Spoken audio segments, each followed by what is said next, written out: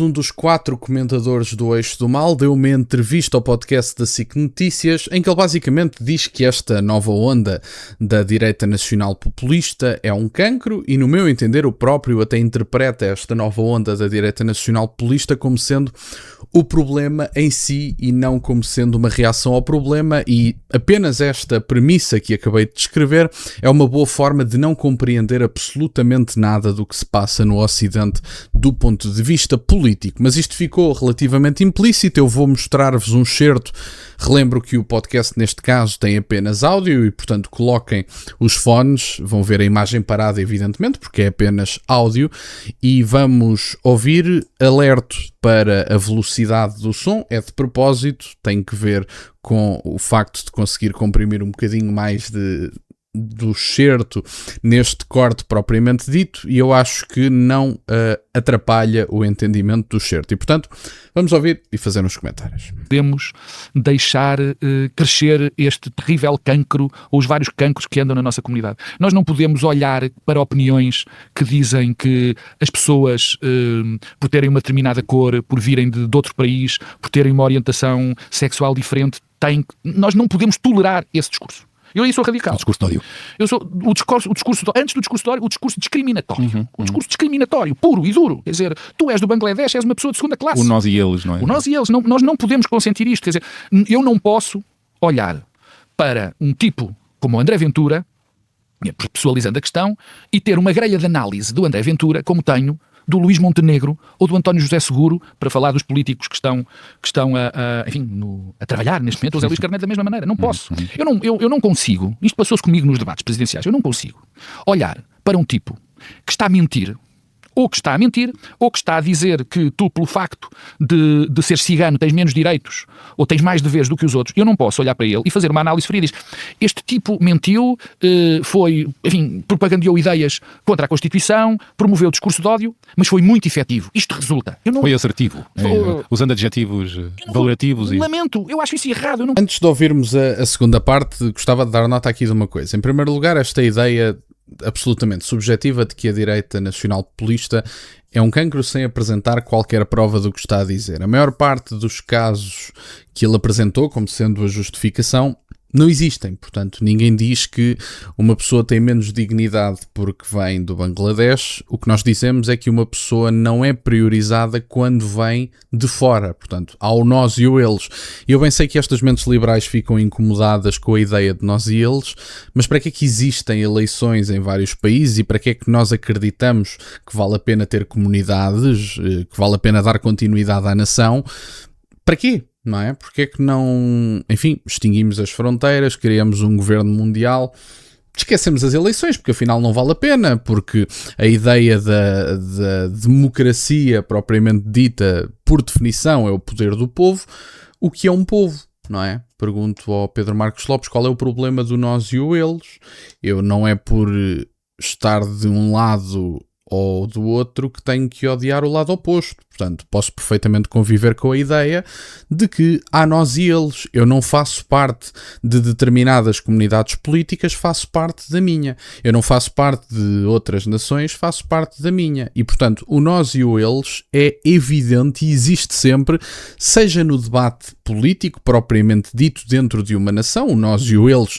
Olhem-se, como os amigos de Pedro Marcos Lopes gostam de dizer, o nós e o eles são os trabalhadores e os patrões, por exemplo. Nós somos os trabalhadores, que, se vocês pensarem, é uma forma de populismo, não é? O populismo, por definição, é uma espécie de oposição. Se alterarmos aqui algumas características desta definição, o populismo, por definição, é a defesa de um povo virtuoso face a uma elite corrupta. Se nós pensarmos, o que é esta ideia deste diálogo constante e desta tensão constante entre o proletariado e os patrões, basicamente? Portanto, tem o proletariado virtuoso, tem os patrões mauzões e tem um conflito constante. O nós e o eles também está latente nesta versão de ver o mundo, digamos assim. Portanto, o nós e o eles está sempre presente. É inevitável, é uma característica da política e, portanto, o inimigo político, como o próprio Schmitt o definiu, e o próprio diz que é um inimigo político, não é um inimigo moral, não quer dizer que o inimigo seja feio, portanto, olhando para a vertente estética, não é nada disso, quer apenas dizer que é um inimigo político e que, portanto, há determinados valores com os quais não podemos compactuar, há o nós e o eles, seja dentro da nação do ponto de vista político, seja entre nações, portanto, há esta nação e a outra, há este povo e o outro, eles são diferentes, portanto, há o nós e o eles, e eu sei que estas mentes liberais ficam muito incomodadas com isso, mas é uma evidência. Outra coisa que é uma característica evidente das mentes liberais e que sempre me intrigou foi a facilidade com que os próprios têm de operacionalizar determinados conceitos que não têm definição nenhuma. Esta ideia do discurso de ódio, que é uma coisa muito gira, que é, enfim, para eles, basicamente, e se vocês perguntarem a uma mente liberal como é a de Pedro Marcos Lopes, a de quem o entrevista e a de quem geralmente lhe faz companhia no painel do Eixo do Mal, vocês vão perceber que eles operacionalizaram determinados conceitos, tornaram-nos operacionais, se preferirem, sem definição nenhuma. O discurso de ódio é o quê? Bom, é tendencialmente aquilo que os próprios não gostam. Portanto, no fundo, é um bocadinho isto. Então, mas a liberdade de expressão não tem como pressuposto que as pessoas podem mentir, ou descobrimos em 2025, 2024, 23, 22, que as pessoas têm essa capacidade quando lhes é permitido ter liberdade de expressão. Não me digam que descobriram ontem que as pessoas sabem mentir. É a vida, portanto. Esse é um dos pressupostos da liberdade de expressão. E o outro, e que é sine qua non para a existência da liberdade de expressão, é vocês ouvirem coisas das quais não gostam, nomeadamente insultos. É verdade. Portanto, a pessoa é verdadeiramente livre, a pessoa que está ao vosso lado é verdadeiramente livre se puder dizer que discorda de vocês e o fizer de forma frontal. E até vos puder insultar em última instância, é verdade. Portanto, vocês caracterizarem insultos, por exemplo, como discurso de ódio, quando a característica que vocês consideram absolutamente fundacional para o discurso de ódio é alguém se sentir ofendido. E como é que nós sabemos? E o que é que importa se vocês se sentem ofendidos é que estar ofendido não é propriamente sinónimo de ter razão. Mas vamos ouvir apenas a segunda parte e faço mais uns breves comentários. Ou mais, ganhou o debate porque foi mais assertivo. É nessa linha que alguns comentários vão? Sim, obviamente. Repara uma coisa, para que não fiquem zangados, podem ficar à vontade. Não é isso que está em causa. Eu percebo que isso se faça. Eu não sou capaz e acho que é a minha responsabilidade denunciar coisas que vão para lá de ser assertivo ou de ganhar um debate. Há um perigo nessa atitude. Outra, onde tu não te reconheces quando se valida, não é? Formas de falar, de apontar, Bernardo, eu não sei se isso... Quando o comentário... eu não sei se isso valida... põe no mesmo plano. Claro, eu não sei se isso... Eu acho que valida, mas dou de barato... Mas há um perigo aí? Dou de barato que não valide. Vamos supor, dou de barato que não valide, que seja apenas um comentário. Eu acho que há uma responsabilidade, a maior responsabilidade é com a verdade, é com os direitos humanos, é com os direitos sociais, é com a liberdade. Essa é a minha maior... Quem faz um comentário, quem fala... Acho que esses pontos de partida têm que os ter. Se alguém não respeita essas... olha o que eu lhes vou chamar, regras de jogo, mas são, no fundo, dizer a verdade, claro. Defender aquilo que nós achamos que é a estrutura da democracia liberal. Quem não respeita isso, eu acho que não pode ter a mesma grelha de análise. Eu não posso dizer a um indivíduo desses que esse tipo tem tanto valor porque ganhou um debate. Ele não pode ser que ele ganhe ganhar um debate, porque claro. sabemos como é que, no caso, falaste do... Mais uma vez, um conjunto de termos que não significam absolutamente nada. Bom, num compromisso com a verdade e com os direitos humanos. O que é isso de direitos humanos? É que nós sabemos perfeitamente que a Constituição consagra o direito à vida e nunca ouvi o Pedro Marcos Lopes particularmente preocupado com a contradição que é o aborto face à Constituição.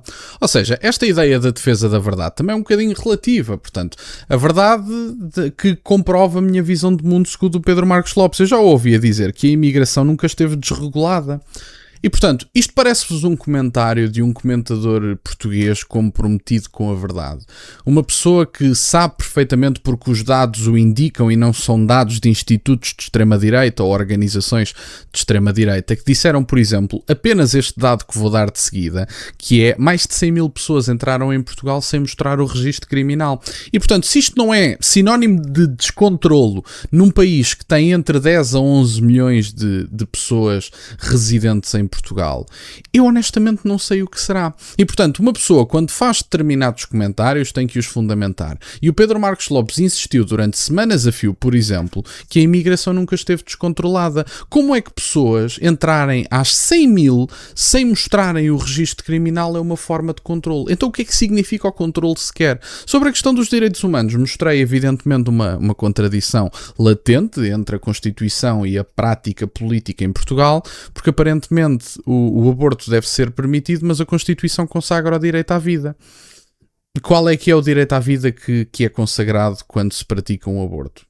Portanto, Pedro Marcos Lopes não parece particularmente incomodado com esta contradição entre a prática política atual e a Constituição. Mas há outros. Portanto, nós sabemos perfeitamente que esta questão dos direitos humanos é um slogan para dizer coisinhas para mim sem qualquer tipo de dever. E, portanto, é isso que significa. Portanto, é a reivindicação de direitos infinitos, que muitas vezes são alucinações coletivas, que não são direitos, são privilégios. Tratamos-los como direitos, inscrevemos-los em determinados papelinhos e depois dizemos, bom, mas aquele papelinho diz que eu tenho este direito e, portanto, é provavelmente verdade. Nós sabemos que não funcionam assim.